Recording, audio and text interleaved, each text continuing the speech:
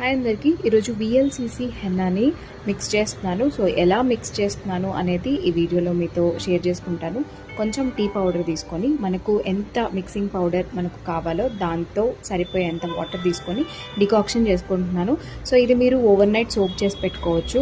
కొంచెం late night కనుక మీరు సోక్ చేసి పెట్టుకుంటే మ్యాక్సిమం 8 అవర్స్ ఉండాలి. అంతకంటే ఎక్కువ అంటే నానబెడితే అంత బాగుండదు, బ్యాక్టీరియా ఫామ్ అయ్యే ఛాన్సెస్ ఉంటాయి.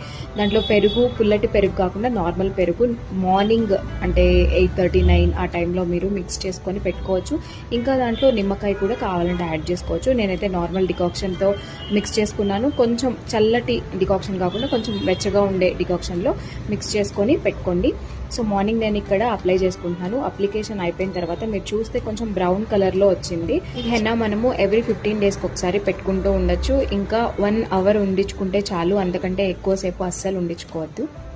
హాయ్ అందరికీ, ఈరోజు విఎల్సిసి హెన్నాని మిక్స్